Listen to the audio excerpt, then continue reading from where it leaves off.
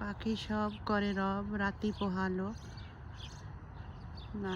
সকাল রাত তো অনেক আগে পোহায় গেছে। এখন মানুষ বলেন, সব অ্যানিমেল বলে, সবাই জেগে উঠেছে।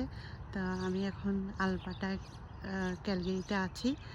তো এখন আমি একটু বাইরে একা একা চলে আসছি।